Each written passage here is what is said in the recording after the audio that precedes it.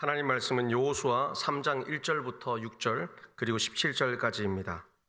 여호수아 3장 1절부터 6절 그리고 17절까지 구약성경 322페이지입니다. 하나님 말씀 봉독해 드립니다. 또 여호수아가 아침에 일찍이 일어나서 그와 모든 이스라엘 자손들과 더불어 시딤에서 떠나 요단에 이르러 건너가기 전에 거기서 유숙하니라. 사흘 후에 갈리들이 진중으로 두루 다니며 백성에게 명령하여 이르되 너희는 레위 사람 제사장들이 너희 하나님 여호와의 언약궤 매는 것을 보거든 너희가 있는 곳을 떠나 그 뒤를 따르라. 그러나 너희와 그 사이 거리가 2000규빗쯤 되게 하고 그것에 가까이 하지는 말라. 그리하면 너희가 행할 길을 알리니 너희가 이전에 이 길을 지나보지 못하였음이니라 하니라. 여호수아가 또 백성에게 이르되 너희는 자신을 성결하게 하라. 여호와께서 내일 너희 가운데에 기이한 일들을 행하시리라. 여호수아가 또 제사장들에게 말하여 이르되 언약궤를 메고 백성에 앞서 건너라 하매 곧 언약궤를 메고 백성에 앞서 가니라. 17절입니다. 여호와의 언약궤를 맨 제사장들은 요단 가운데 마른 땅에 굳게 섰고 그 모든 백성이 요단을 건너기를 마칠 때까지 모든 이스라엘은 그 마른 땅으로 건너갔더라. 아멘. 우리 옆 사람하고 인사했으면 좋겠습니다. 주 안에 사랑합니다. 네, 주 안에 사랑합니다. 네, 감사합니다. 좀 쑥스러운가 봐요, 누구는요. 네. 오늘 처음으로 우리 그 청년 젊은 부부가 나와가지고 청년들하고 같이 이렇게 찬양하니까 참 좋네요. 그렇죠? 네, 행복하시죠? 네, 아침에 정막이 흐르고 2부 때 막 무슨 얘기를 해야 될지 몰라가지고 기도를 해야 되는지 얘기를 해야 되는지 모르는 그 상황 속에서 찬양을 하면서 우리의 마음을 열고 들어가기를 축복합니다. 오늘 제목 하나님 말씀을 같이 한번 제목을 한번 알아보겠습니다. 하나님의 기적을 경험하는 사람들. 네, 하나님의 기적을 경험하는 사람들이라는 제목으로 하나님 말씀을 함께 나누려고 해요. 성경에서 바라보면 기적은 인간의 한계를 돌파하신 하나님의 일하심인데 저는 이 기적을 꿈이라고 얘기하고 싶어요. 꿈. 우리 인생에서 꿈을 꾸는 건 참 중요하고 꿈이라는 것은 이루어질 때가 있고 안 이루어질 때가 있어요. 그런데 꿈이 이루어지면 우리는 기적이 일어났다 이렇게 얘기를 하는 거죠. 한강의 기적이라는 얘기를 합니다. 우리 민족이 대단한 건데 우리 민족이 1950년대, 60년대 초반까지만 하더라도요, 대한민국은 진짜 가난한 나라. 그래서 저 아프리카에 있는 에티오피아, 분쟁이 많은 그 지역에서 우리나라를 원조했습니다. 그렇죠? 얼마나 우리가 가난하고 열악한지 에티오피아. 그 얘기 들으면 지금 세대들에 얘기하면 지금 세대들이 혀를 찢찢 찰 겁니다. 말이 안 된다고, 그죠? 먼 과거였으니까요. 그러니까 한 50년 전만 하더라도, 한 60년 가까이 되나요? 그때만 하더라도 우리나라는 원조를 받는 나라였고 가난한 나라였습니다. 그래서 우리나라의 세계 경제에 이룰 수 없는 후진국이 최악의 후진국이 선진국의 반열, 그것도 세계 10대 경제계 대국이 되었다라고 해서 한강의 기적이라고 사람들이 불렀습니다. 우리가 부른 게 아니었어요. 사람들이 한강의 기적 이렇게 불렀습니다. 우리 민족의 마음 잘 살고 싶고 새끼를 배부르게 먹을 수만 있다면 우리의 그 마음 힘을 다하겠다라는 그 마음이 기적을 낳았습니다. 오늘 우리 인생에 기적을 다시 꿈꿔야 될 때가 왔습니다. 우리의 상황을 돌아보아도 한국교회를 돌아보아도 소망이 사라졌다라고 말하는데 그 소망이 없는 상황 속에서 우리는 다시 한번 꿈을 꿀 수 있는 하나님께서 꿈을 꿀 수 있는 그런 기적을 발견하게 되었어요. 오늘 본문이 그런 겁니다. 오늘 본문에 보면 이스라엘 백성들이 한 번도 가지 않은 길을 간다라고 얘기하고 있습니다. 한 번도 가지 않은 길. 한 번도 가지 않은 길이 낯선 길이죠. 제가 대전 땅에 처음 이렇게 정착하게 된 것도 지금 이제 40일이 좀 지나나요? 네. 낯선 길인 거예요. 어디가 어딘지 잘 모르겠어요. 누가 뭐 어디 사거리 이렇게 얘기하면 그게 어디지 하고 네이버에 찾아봐요. 저에게 아직도 여전히 낯선 곳에서 낯선 길을 찾아가고 있습니다. 그런데 하나님의 꿈을 꾸었어요. 하나님의 꿈이 뭐냐? 하나님께서 주신 비전, 이스라엘 백성들에게 저 가보지 않은 길을 가게 되면 그 끝자락에서 하나님이 약속하신 아름다운 땅, 축복의 땅을 반드시 차지할 것이다. 이 꿈을 꾸게 된 겁니다. 오늘 그 길에서 얼마나 많이 두려움이 있을까요? 긴장될까요? 근데 중요한 것은 그 두려움이 사라지는 것은 꿈이 있기 때문에 그렇습니다. 비전, 목표가 있기 때문에. 목표가 딱 선명하게 보이는 순간 바로 그 두려움이 사라지는 거죠. 사도 바울이 하나님 나라를 위해서 일하겠습니다 라고 얘기했을 때 그 이야기는 그가 사명을 받았을 때 가능한 거예요. 비전을 받았기 때문에 명확한 방향을 따라서 갈 수 있습니다. 오늘 장로님 기도처럼 목표와 방향이 정확하다면 우리는 흔들리지 않아요. 사람이 뭐라고 얘기하든 우리는 흔들리지 않고 나아갈 수 있습니다. 오늘 우리에게 그 꿈을 이야기하기 전에 한 사람의 꿈을 잠시 소개하려고 해요. 1963년 8월 28일 오전에 아주 많은 사람들이 몰리기 시작했습니다. 미국 땅의 한가운데 수도인 워싱턴 DC, 그 가운데서 링컨 기념관에 사람들이 모였습니다. 수십만의 관중이 모였습니다. 주로 흑인들이었지만 백인도 있었고요. 아시아 계통의 사람들도 있었습니다.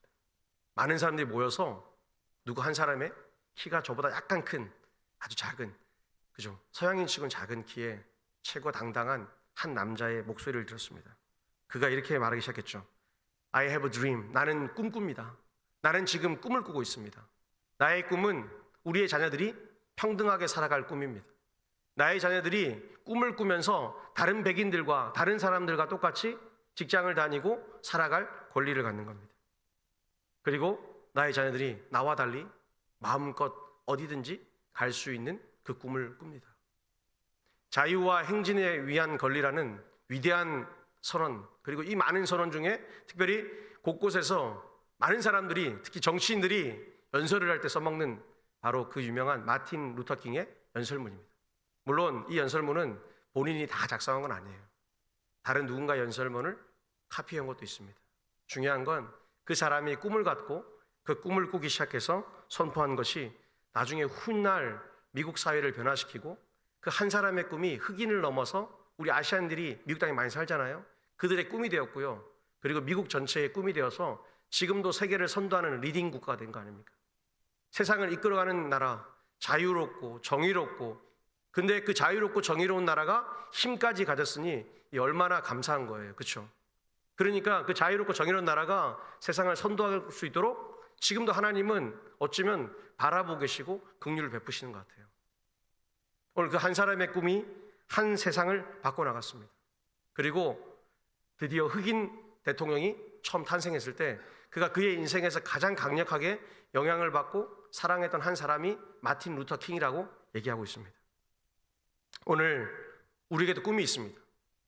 우리의 꿈이 뭐냐? 이 땅을 살아가면서 내 자녀가 행복하게 살고 내 자녀가 세상에 나가서 당당하게 살고 꿀리지 않고, 그래서 우리 온 가족이 건강하고 행복하게 살아가는 그 꿈. 그래서 믿음 안에서 하나님께 주신 비전을 가지고 세상에서 하나님 나라를 세워가는 그 꿈이 있습니다. 그래서 우리가 이 주일에 모여서 예배드리고 바쁜 순간에 살아가지만 하나님께 나와서 예배하는 것입니다. 오늘 한 사람이 꿈을 하나님께서 허락하셨어요. 아브라함에게 꿈을 주셨습니다. 아브라함이 꿈을 받았습니다. 그리고 아버지와 함께 형제들을 데리고 가나안 땅을 향해 갔습니다. 가는 도중마다 어떻게 됐습니까? 아버지가 죽고 형제들이 죽고, 그래서 홀로 남은 자기에겐 그 삶이 얼마나 외롭고 힘들었겠습니까? 그런데 꿈이 있었어요. 하나님이 말씀하신 대로 가면 반드시 하나님께서 나를 통하여 하나님이 영광 받으실 그 나라가 세워질 것이다. 할렐루야. 그래서 그 꿈을 이루어 가기 시작한 거예요. 그리고 그 꿈에 잘 될 것 같았는데 야곱 때에 와서 애굽으로 가서 이게 쪽박차는 같은 느낌이 된 거예요. 종살이가 시작되었습니다. 430년 동안, 30년은 괜찮았는데 400년 동안 종살이를 하기 시작했어요. 여러분, 우리가 37년, 그러니까 36년 하고도 한 7개월 정도 일본 제국의 침략을 받아서 뭐합니까? 지배를 당했잖아요. 그래서 우리의 머릿속에 뭐가 남아있어요? 일본 말이 참 많이 남아있고 일본 문화가 남아있습니다. 특별히 여러분들 잘 모르시겠지만 남쪽으로 가면요 일본 말을 많이 써요. 벤또, 와라바시, 어릴 때 저희 많이 썼거든요. 처음에 일본 말인지 몰랐어요. 조선 말인 줄 알았어요. 근데 그게 나중에 중학교를 들어가니까 일본 말인 줄 알았어요. 많이 썼거든요. 지금도 쓰고 있습니다. 독특한 말 중에 남쪽에 쓰는 단어 중에 고야라는 단어가 있어요. 고야. 일본 놈들이 쓰는 거예요. 일본 분들이 쓰는 건데, 고라는 말이 뭐죠? 가라는 뜻이에요. 일본 말 사람들을 보면 그런 이상한 독특한 말이 많아요. 남쪽에 가면. 근데 그게 뭐죠? 일본 식민 지배의 잔재인 거예요. 37년의 그 잔재 속에 살아도 흔적이 안 지워지는데, 국민학교라는 이름을 지우는데도 수십 년이 걸렸는데 400년 동안 한 나라의 지배를 받고 문화를 따라간다는 건 그냥 그대로 따라간다는 거예요. 놀라운 것은 하나님이 이 아브라함의 꿈을 가지고 광야로 나가게 하신 거예요. 그리고 나서 그들이 광야에서 살아가면서 얼마나 많은 실수와 죄를 저지릅니까? 그럼에도 불구하고 하나님은 그 꿈을 지우지 않으셨어요. 하나님의 꿈은 지워지지 않았어요. 단지 말 안 듣는 1세대를 다 그 땅에 죽이시고 하나님이 말씀을 잘 들을 2세대들을 살리신 거예요. 그러고 나서 하나님의 꿈이 바로 1세대 마지막 남은 두 사람 여호수아에게 주어지기 시작했습니다. 오늘 우리는 그 말씀을 바라보고 있습니다. 그러면 하나님의 기적을 경험하는 사람들의 특징은 무엇인가? 어떤 삶을 살아가는가? 오늘 1절에 보니까요, 아침에 일찍이 일어나서 간다는 겁니다. 아침에 일찍이. 오늘 본문에 나오는 아침은 새벽을 얘기합니다. 새벽이 뭐죠? 어둠이 딱 내리면 짙은 어둠 사이에서 빛이 들어온 그 순간입니다. 어둠이 무엇입니까? 죄의 지배를 받는 불순종한 마음으로 살아가는 우리의 삶이에요. 우리의 마음 구석구석은 불순종이에요. 하나님이 아무리 가르쳐도 우리는 이 순간 나가면, 예배당을 떠나가면 그때부터 어떻게 삽니까? 불순종이에요. 불순종. 그렇죠. 한 주간을 한번 돌아보세요. 얼마나 나는 하나님께 순종하며 하나님을 찬양하며 그 성령께서 나를 이끄시는 삶을 살았는가. 근데 오늘 새벽에 빛이 딱 비치는 순간 그 어둠이 딱 지나가는 거예요. 우리의 불순종과 죄악이 예수 그리스도의 피처럼 보혈의 능력으로 사라지는 거예요. 얼마나 감사해요. 그래서 오늘 아침에 딱 일어나시면서 어떻게 하셨어요? 할렐루야 하시고 일어나셨죠? 그죠? 감사해서 기쁘지 않습니까? 아니세요? 네. 우리 집에 사는 누군가는 아침에 일어나면 소리를 막 지르면서 이렇게 기쁘게 일어나더라고요. 오늘 그 여명의 아침에 일찍 일어나서 새벽에 일어나서 오늘 부지런히 여호수아는 자신들의 백성들을 돌볼 준비를 하고 있습니다. 근데 여호수아가 어떤 사람입니까? 두려움이 되게 많은 사람이죠. 여러분, 정탐꾼을 뽑을 때 어떤 사람을 뽑을까 한번 생각을 해보세요. 보세요. 당당하고 용기 있고 불의를 보면 못 참는 뜨거운 마음의 사람을 정탐꾼으로 보면 어떻게 될까요? 끝나는 겁니다. 게임 오버예요. 어떻게 할까요? 야, 하나님은 가짜라더라. 하나님은 아무것도 아니래. 막 욕할 때 거기서 불의에 차가지고 야! 딱 그러면 어떻게 됩니까? 바로 쇠고랑 차고 감옥 가는 겁니다. 그런데 소심하니까 어떻게 돼요?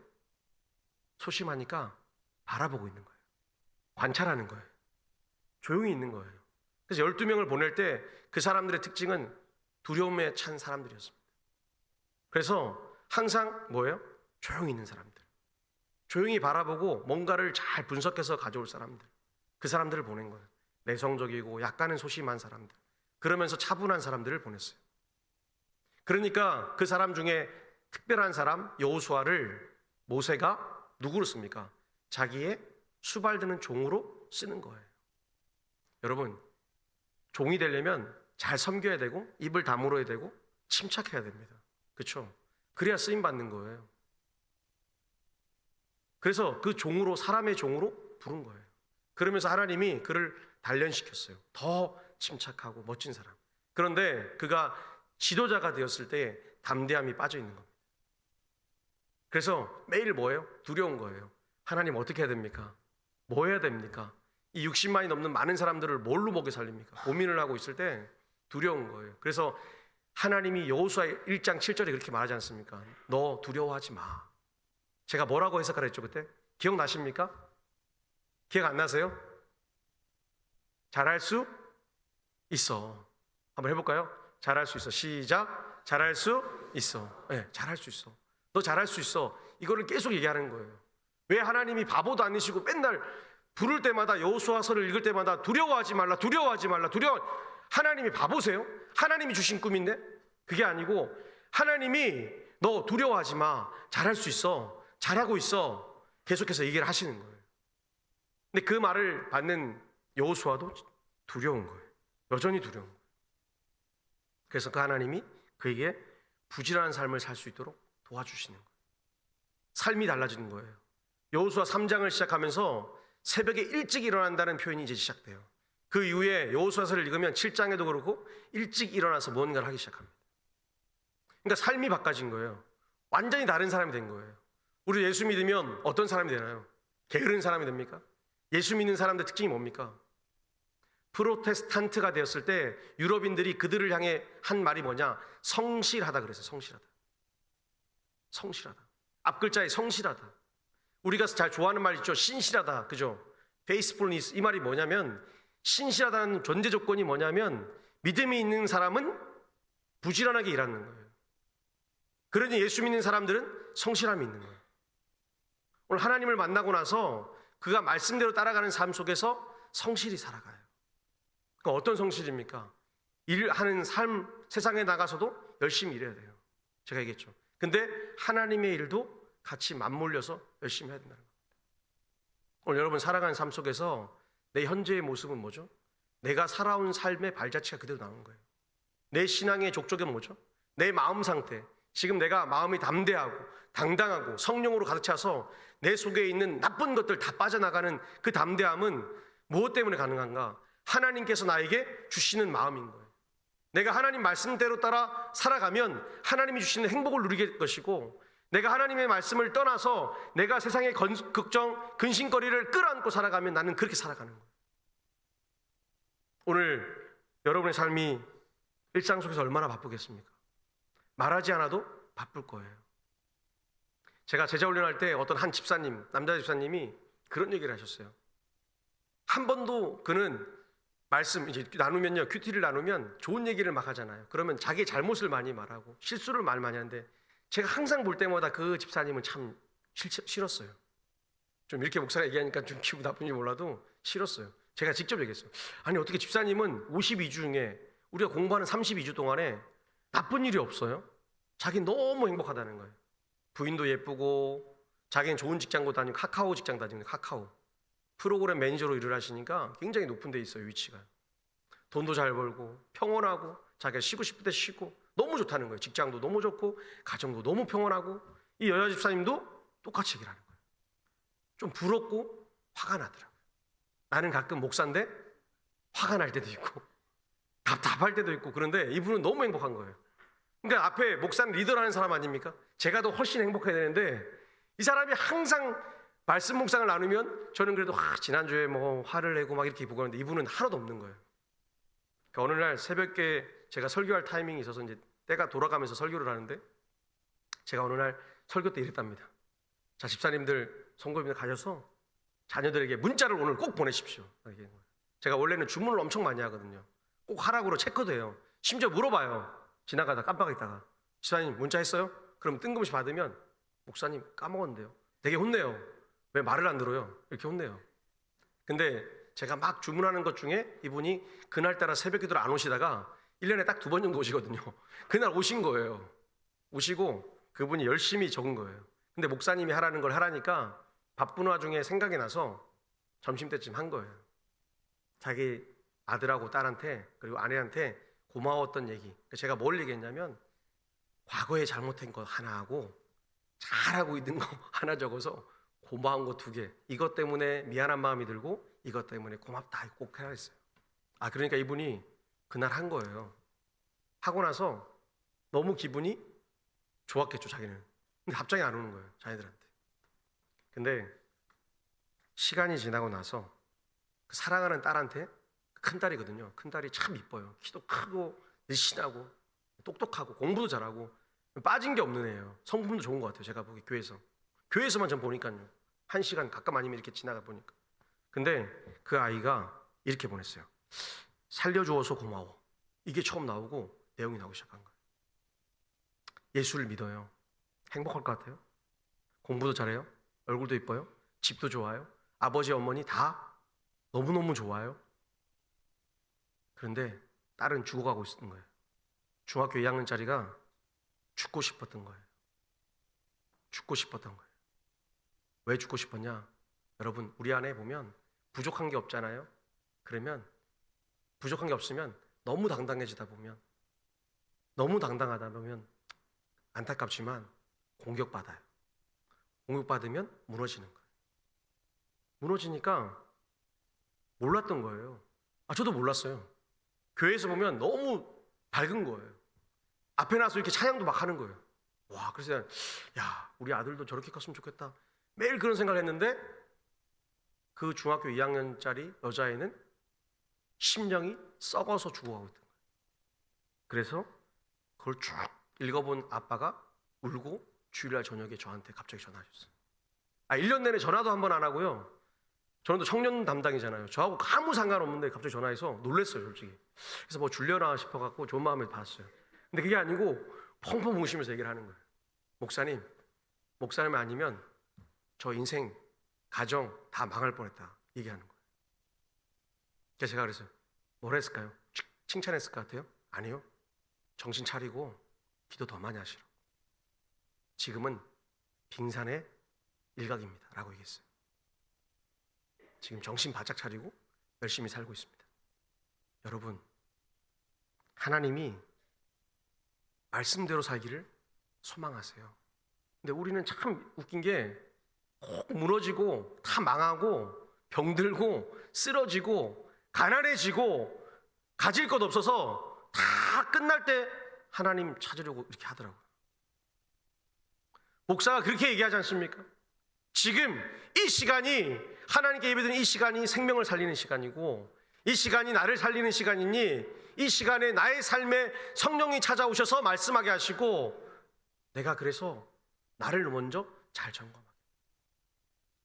오늘 우리의 삶이 시작되었습니다. 다른 누구도 아니고 나의 삶이 시작됐어요. 저도 마찬가지예요. 하나님 말씀 따라 부지런히 따라가면 하나님이 복 주실 것 같아요. 근데 제가 어제 두려움이 찾아왔어요. 사실은 금요일도 두려움이 찾아왔어요. 며칠 쉬다 보니까 쉬니까 너무 좋은 거예요. 그래서 그러다 설교를 준비하면서 너무 마음이 힘들고 불편하더라고요. 그래서 친한 목사님께, 나름 목회를 성공한 목사님께 전화를 걸어 물어봤습니다. 목사님 어떻게 해야 될까요? 요렇쿵저렇쿵 물어봤습니다. 그분이 그러더라고요. 자기도 울었대요. 3년 동안 교회를 개척하고 분리 개척을 했지만 좋은 지역에 있었지만 주변에 처음 갔을 때 놀란 건 바로 옆에 15,000명짜리 큰 교회가 한 200m 있고 한 150m 옆에는 통합측에 한 6,000명의 어느 교회가 있고 바로 뒤에는 우리 또 측에 너무 유명한 설교자가, 청교도 설교자가 딱 버티고 있고 자기는 설교도 못하고 아무것도 못하는데 그래서 뭘 해야 될지 몰랐대요. 그래서 첫날 예배 드릴 때 주일에부터 울기 시작했대요. 사실 저는 울기를 안 했습니다 이렇게 얘기했죠. 제가 교만했나 봅니다 생각이 든 거예요. 근데 그분이 그렇게 열심히 울었더니 하나님께서 정말 놀라운 일을 보내주셨어요. 매년 1,500명의 성도가 찾아온 거예요. 별로 놀라지도 않고 뭐 이제 오든지 말든지 나는 죽을 때가 됐으니 그냥 목사님 그런 마음 버리시라니까요. 자꾸 1,500명이 찾아왔고요. 작년 한 해에도 1,500명이 와서 지금은 큰 교회가 되었습니다. 제가 큰 교회 됐다고 얘기를 하는 게 아니에요. 그렇게 열심히 믿음으로 사는 목사님도 고백을 해준 거예요. 저와 똑같은 고백을. 두렵다는 거예요. 자기는 선포를 하고 기도를 하고 막 하는데 돌아온 내 삶의 뒤에는 아직도 여전히 내가 연약하고 두려운 거예요. 저도 마찬가지예요. 저도 선포하고 나서 그 삶을 살아가는 현장에 내가 얼마나 잘 살까를 매일 물어봐요. 그래서 제가 그랬잖아요. 새벽에 뭐 기도하냐고요. 하나님 저 오늘 실수 안 하나요? 오늘은 죄 없나요? 오늘은 또 자빠지면 어떨까요? 요거 물어봐요. 그래야 하나님 아버지와 같이 살 거 아닙니까? 그 살아계신 하나님이 영어로 얘기할 거 아닙니까? 내가 변화되어야 나를 바라봐서 평가해 줄 거 아닙니까? 우리를 왜 그리스도인 했다고요? 사도행전 13장에 세상 사람들이 불신자가 바라보면서 와, 저 사람은 예수쟁이 그리스도인이라고 불러준 거예요. 그리고 세상이 우리 대한민국을 향해서 야, 대단하다, 한강의 기적 불러준 거예요. 오늘 우리가 그 DNA를 갖고 있는 거예요. 우린 둘 다 있지 않습니까? 세상에 나가서도 기적을 베풀 수 있는, 기적을 일으킬 수 있는 사람이 되고요, 하나님 안에서 다시 기적을 받아서 살아갈 수 있는 영적인 힘이 있는 사람들이에요. 그런데 우리가 왜 낙심하고 좌절하고 무너집니까? 우리가 우리 안에 계속해서 잘못된 것을 심기 때문이에요.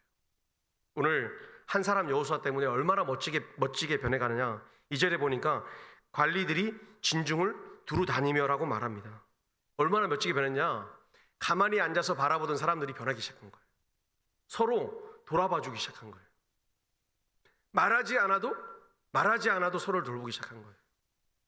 여러분, 좋은 교회가 어떤 교회예요? 서로 돌봐주는 교회예요. 서로 돌아보는 거예요. 제가 그랬잖아요. 내가 가진 능력이 있다니까요.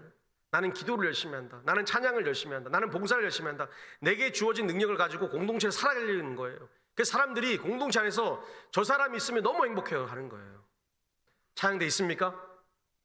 네, 있습니까? 감사합니다. 있어야 돼요. 저는 있거든요. 우리 교회를 보면서 우리 장로님들 바라보면서 참 감사해요. 그렇죠? 별로 이렇게 또 하면 누구 위해 준다고 또 이렇게 반응이 없어요. 감사한 거예요. 우리 장로님들 은퇴하시거나 심호하시거나 살아온 날 동안에 얼마나 교회를 위해서 사셨겠어요. 그렇죠? 그들의 땀과 눈물이 지금 여기에 있는 거예요. 여러분, 앞에 서 있는 사람들의 삶이 쉽지가 않아요. 알잖아요. 우리가 축구 대표 선수들 욕 많이 하잖아요. 축구 경기 보면서 야, 저 새끼 저거밖에 못한다 욕하죠. 저도 하거든요. 근데 축구 3부, 그러니까 프로 중에 제일 밑에 있는 3부 리그 선수가 같이 뛰어보세요. 어떻게 된 줄 아세요? 정말 인생을 알게 됩니다. 무슨 말이냐면요, 한 명의 선수가 3부 리그에 있는 한 명의 선수가 10명의 선수를 이겨요. 제가 군대 있을 때 경험했거든요. 3부 선수가 너무 잘하는 거예요.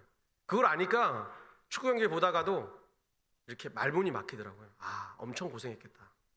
장난 아니겠다. 진짜 고생했겠다. 그렇게 생각이 드는 거예요. 오늘 우리 모두가 여호수아처럼, 아니 여호수아가 살았던 그 삶 이상처럼 살기를 축복합니다. 왜냐하면 우린 예수 만났잖아요. 여호수아는 예수님 잘 몰랐거든요. 근데 예수님이 오셔서 우리를 제단에 갈 필요도 없고 지금 내가 있는 자리에서 기도하고 찬양하고 회개하면 다 해결해 주신다고 하는 거예요.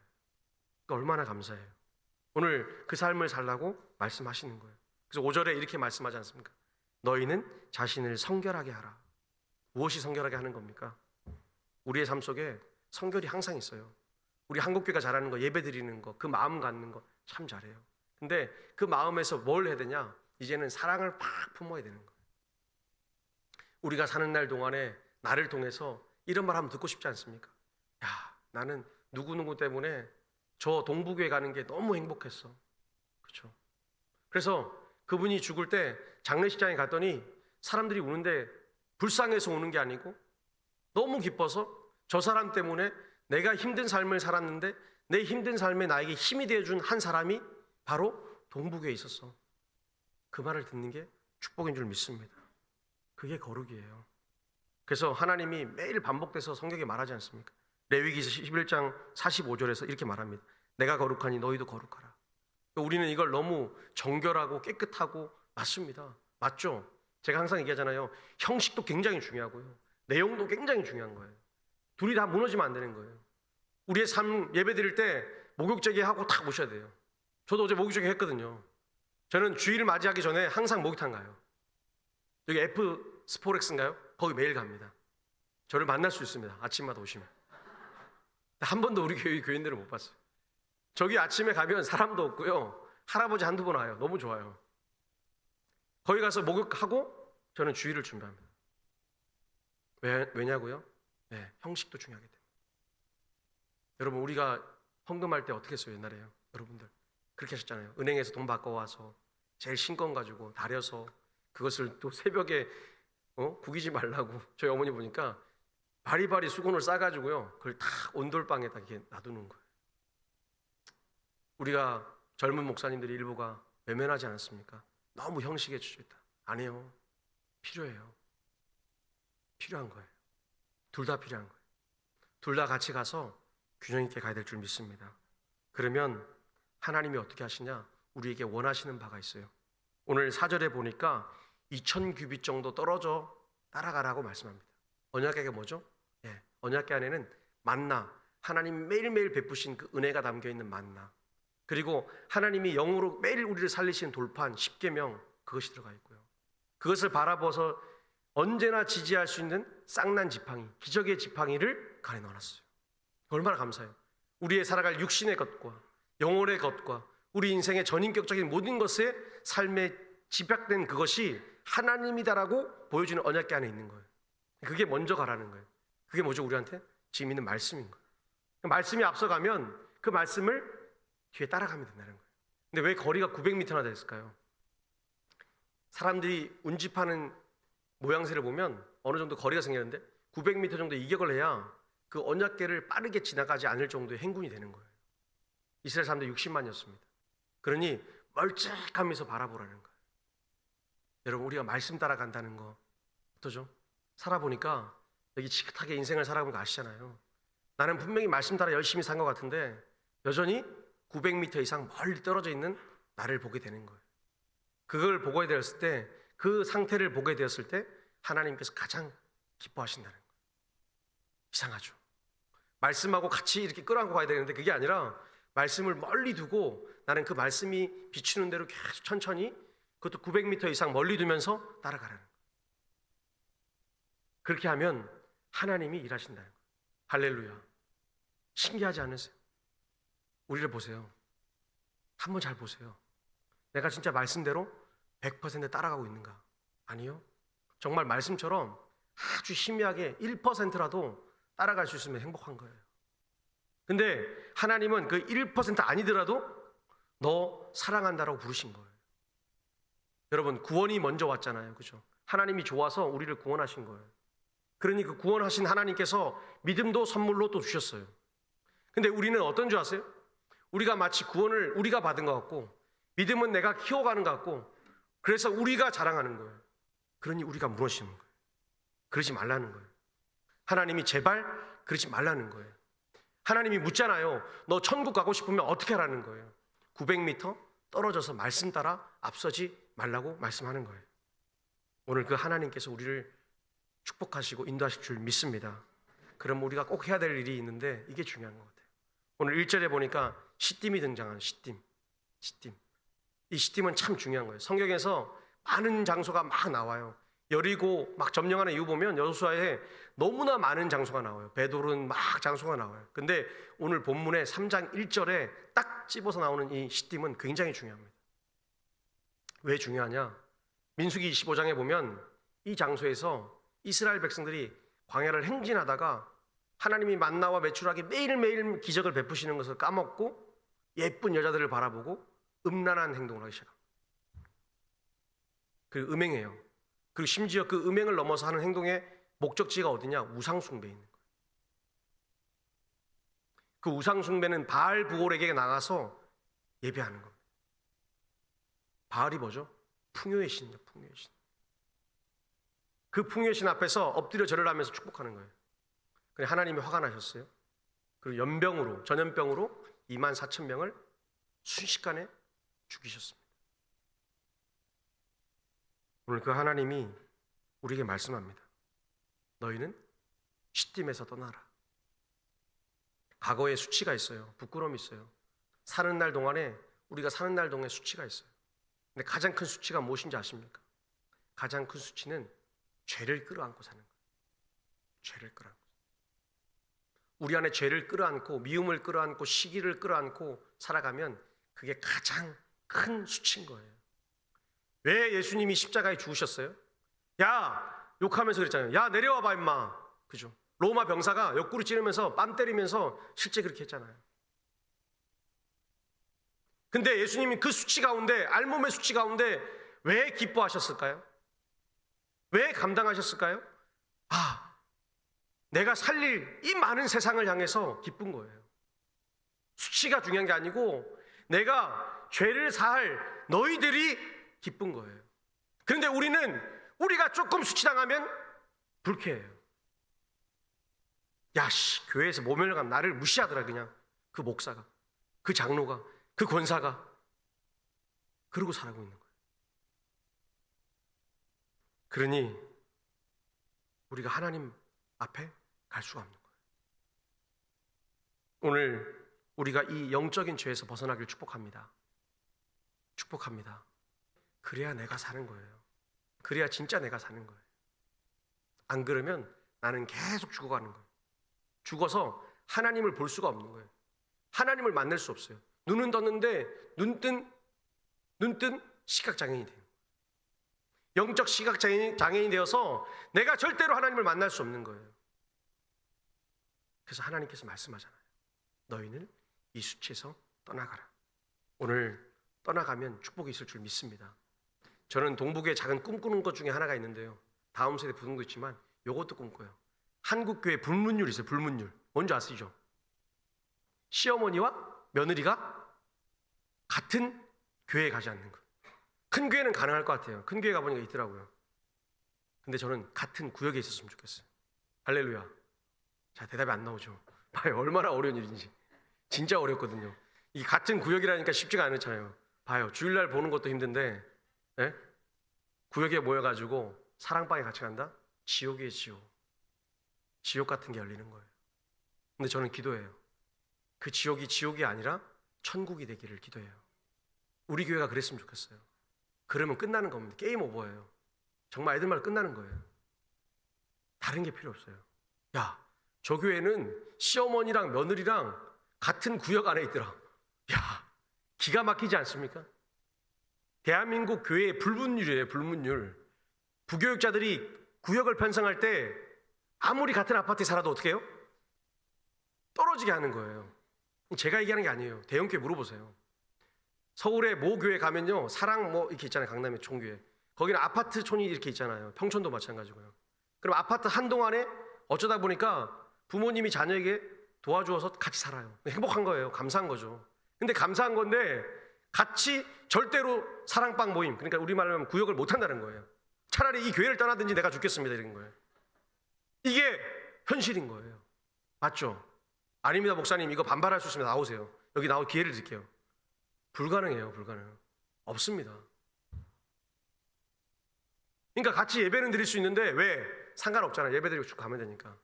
같은 구역은 절대 안 되는 거예요. 근데 동부교회가 그랬으면 좋겠어요.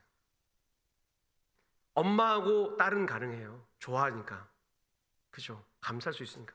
근데 이게 안 된다는 이유는 우리 안에 큰 가시가 있는 거예요. 수치라는 가시. 내 존심을 막 괴롭히는 가시.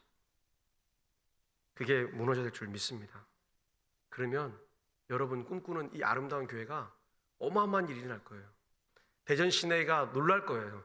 야, 말이 안 된다. 내가 그런 걸 한 번도 본 적이 없다. 놀랄 거예요. 목사님, 저는 괜찮습니다. 저는 며느리가 없거든요. 그것도 잘못된 거예요. 기도하셔야 돼요. 네. 언제 손주 며느리가 생길지 모릅니다. 그럼 제가 막 붙여줄 겁니다. 그러니 장담하면 안 되는 거예요. 오늘 우리 동부교회가 하나님의 은혜를 마음껏 누리며 살기를 축복합니다. 오늘 그래서 그 대미가 뭐냐? 17절인데요. 17절 같이 한번 읽어보겠습니다. 같이 읽겠습니다. 여호와의 언약궤를 맨 제사장들은 요단 가운데 마른 땅에 굳게 섰고 그 모든 백성이 요단을 건너기를 마칠 때까지 모든 이스라엘은 그 마른 땅으로 건너갔더라. 아멘. 얼마나 감사합니까? 우리 찬양 중에 요단강 건너가 만나리, 이게 원래 영어로는요 생명강이에요. 생명강. 생명강. 요단강에 어떤 일이 났죠? 홍해는 구원을 베푸는 세례를 의미하는 구원의 가정이라면 요단강에서 베푸는 세례는 믿음을 확정하는 거예요. 믿음을. 이제 너희가 구원받았으니 믿음으로 이 요단강을 건너서 가나안 땅 세상을 향해 나아가서 세상에서 너희가 마음껏 하나님 나라를 세우라는 거예요. 할렐루야. 오늘 이 예배가 끝나면 우린 요단강을 건너가야 돼요. 요단강을 건너서 말씀이 서 있는 곳에서 멀리 떨어졌을 때 제사장들이 먼저 갔잖아요. 그 위에 마른 땅, 눈물의 땅이 아니고 죄의 땅이 아니고 요단강 물에 우리의 모든 죄를 씻고 나아가야 되는 거예요. 할렐루야. 그게 요단강이에요. 오늘 우리는 가나안 세상을 향해 나가야 됩니다. 제가 얘기했죠. 우리는 광야 교회에서 열심히 트레이닝 받아 훈련 받아서 세상에 나가서 멋지게 살아야 할 줄 믿습니다. 그래서 승리할 줄 믿습니다. 오늘 서두에 마틴 루터킹 목사님을 얘기했어요. 흑인들이 아무것도 할 수 없는 그 힘든 삶. 마틴 루터킹이 가장 존경하고 사랑했던 한 목사님이 계십니다. 벤자민 메이지라는 목사님이세요. 이 목사님은 잘 알려지지도 않았어요. 드러나신 분도 아니었어요. 왜냐하면 흑인 최초의 교수 그러면 다른 사람들이 있는데 이분은 신학교의 교수였습니다. 신학교니까 사실 별일 없잖아요. 아무리 미국 사회가 기독교 문화 크다 그래도 흑인이 최초의 교수를 한다? 그것도 신학교 교수한다? 별 달갑지가 않았던 거예요. 근데 이 벤자민 메이지 목사님은 최초의 교수였고 그 삶을 감당합니다. 그리고 그 삶 속에서 그가 마틴 루터킹에게 큰 영향력을 주는 말을 해요. 뭐라 그러냐?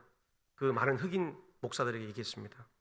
여러분, 여러분의 인생의 비극이 뭔지 아십니까? 여러분의 인생의 비극은 하나님의 꿈을 달성 못한 게 아니라는 거예요. 하나님의 꿈을 꾸지 않기 때문에 여러분의 인생은 비극입니다. 무슨 말이에요? 하나님의 꿈 내가 못 이룰 수 있습니다. 동부교회의 꿈을 내가 못 이룰 수 있어요. 그러나 하나님이 꾸시는 그 꿈 속에 내 삶을 한 걸음 한 걸음 들여서 함께 동참하고 꿈을 꾸고 도와주는 사람이 있는 반면에 그 꿈은 안 된다! 나는 다 끝났다! 내 마음은 이제 나 몇 년만 있으면, 아니면 몇십 년 있으면, 10년 정도 있으면 나의 천국 갈 건데 무슨 상관이 있냐 라는 마음으로 사는 그 심정인 거예요. 그게 아니라는 거예요. 아무것도 할 수 없으니 하나님, 내게 하나님의 꿈 가운데 무엇을 할 수 있을 건지 찾아달라는 거예요. 하나님, 나도 뭔가를 동부교회를 위해 내 마지막 남은 생애 가운데 뭔가를 할 수 있을 걸 찾아보라는 거예요. 그래서 살아달라는 거예요. 오늘 우리 교회가 꿈꾸길 원합니다. 그리고 마음껏 꿈꾸며 기도하고 축복하길 원합니다. 제가 얘기했잖아요. 이번 주 금요일인데 빈자리 놓고 더 열심히 같이 기도합시다. 마찬가지잖아요. 저 목사는 왜 이렇게 뭘 좋아하는가 싶어요. 아니요. 한 영혼이 교회에서 그래요. 한 영혼. 저기 우리 청년들 와 있잖아요. 지난주에 우리 엄청 칭찬했잖아요. 그죠? 축복하고. 네. 저들의 인생에 뭐가 있을까요? 삶에. 꿈이 없으니까 흔들리는 거예요. 꿈도 꿈이 아닌 거예요. 사실은. 흔들리면 꿈이 아닌 거예요. 저의 꿈은 명확해요. 저는 동부교회가 부흥하는 게 제 꿈이에요. 흔들릴 일이 없어요. 누가 와도 흔들릴 이유가 없어요. 여러분이 쫓아내지 않는 한은 제가 여기 있는 거 아니에요. 그죠? 네. 꿈이 안 바뀌는 거예요. 근데 꿈이라고 생각하는 게 변하는 거예요. 왜 변하죠? 상황과 조건에 따라서 계속 바뀌는 거예요. 근데 그게 무슨 꿈입니까? 마틴 루터킹의 꿈이 뭐였죠? 자유롭게 되는 거예요. 행진하는 권리. 그러니까 안 바뀌잖아요. 우리의 꿈이 뭐죠? 하나님 나라가 이 땅에 세워지는 것. 하나님의 교회가 저 북한 땅을 열어서 세계 열방에 선교하게 되는 것. 이게 제 꿈이거든요. 안 바뀔 거예요. 될 거예요. 왜? 하나님의 꿈이니까. 그 하나님이 지금 일하고 계세요. 우리 하나님이 우리를 통해서 일하시는 거예요. 여러분, 하나님의 교회는 정치판도 아닙니다. 하나님은 정치가나 어떤 목사가 마음대로 이용할 수 있는 그런 수단과 도구가 아니에요. 하나님은 하나님 한 분이신 거예요. 그리고 그 하나님 한 분이 우리에게 주신 유일한 사명은 이 한국교회, 동부교회를 부흥시키는 거예요. 할렐루야! 기도하십시오. 그리고 같이 축복하시고 사랑하시고 승리하시길 바랍니다. 기도하겠습니다. 우리 함께 기도했으면 좋겠습니다. 하나님, 우리에게 큰 은혜를 베풀어 주십시오. 그래서 우리가 교회를 위하여 아름답게 살겠습니다. 내 남은 심령, 인생길 하나님께 다 드리겠습니다. 나 가진 것 없지만 기도하겠습니다. 나 가진 것 없지만 사랑하겠습니다. 요거면 됩니다. 오늘 이걸 놓고 우리 같이 한번 통성으로 같이 기도했으면 좋겠습니다. 기도하겠습니다. 하나님 고맙습니다. 아버지, 우리의 심령 가운데 내가 우리 자녀들을 사랑합니다. 그리고 우리 교회를 사랑합니다. 하나님, 내가 밟는 모든 땅 가운데 하나님을 예배하겠습니다. 하나님, 성령으로 찾아오셔서 우리의 무너진 심령을 채워주시고 우리의 젊은이들에게 진정한 하나님의 사랑을 알게 하셔서 그들의 심령을 찾아가 주십시오. 하나님, 모든 만물 하나님을 찬양할 때까지 우리는 나아갈 것입니다. 이 땅에 5천만 대한민국 사람이 예수를 믿는 그날까지 하나님, 우리 동부교회를 축복하셔서 우리 동부교회를 일으키셔서 하나님 그 선한 일을 감당케 하시고 북한의 지하교회가 지상으로 올라오는 그날까지 하나님, 우리가 동력하며 힘쓰며 애써서 주의 일을 감당할 수 있도록 도와주시옵소서. 하나님, 우리 아버지 되셔서 감사합니다. 우리의 모든 슬픔과 아픔과 더러움과 죄를 씻어주신 하나님을 찬양합니다. 예수의 보혈의 능력 가운데 살게 하셔서 감사합니다. 오늘도 그 보혈의 능력을 의지하여 나의 부끄럽고 더럽고 수치스러운 삶 속이 아니라 나에게 기쁘고 즐겁고 담대하고 용기 있는 삶으로 나아갑니다. 주님 도와주시옵소서. 감사합니다. 하나님, 우리 동부교회가 하나님의 기적을 경험하는 아름다운 예수 공동체가 되게 하여 주시옵소서. 하나님 복음으로 날마다 위로받으며 다른 누군가의 위로자가 될 수 있는 아름다운 삶을 살아가게 하여 주시옵소서. 우리의 과거에 어떠한 것도, 어떠한 아픔도, 수치도 나사렛 예수 이름으로 다 치유받게 하여 주시옵소서. 그래서 기쁘고 힘있게 살아가며 하나님 조석같이 변하는 마음이 아니라 흔들림 없는 믿음으로 나아갈 수 있도록 도와주시옵소서. 감사하고 예수님의 이름으로 기도드립니다. 아멘.